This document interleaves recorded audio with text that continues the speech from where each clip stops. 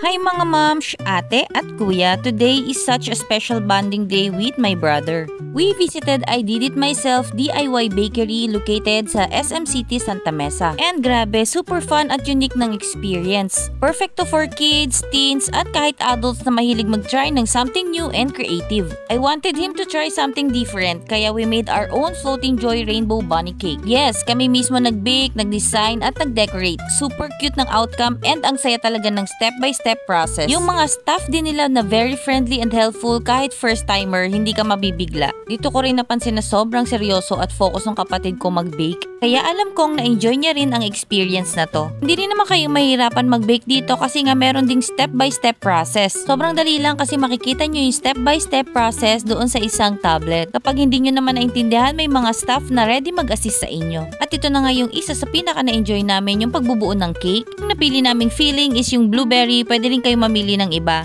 Yung sinasabi ko sa inyo na papanoorin nyo lang yung step-by-step process, gagawa nyo na yung cake na gusto nyong buuin. In fairness first time ng kapatid ko dito, akala mo talaga pro baker siya. Sobrang dali lang pala talaga mag-bake no, pero mas maganda kung dito nyo gagawin niya sa I Did It Myself DIY Bakery. Ang ganda talaga ng nagawa naming cake, akala mo professional yung gumawa.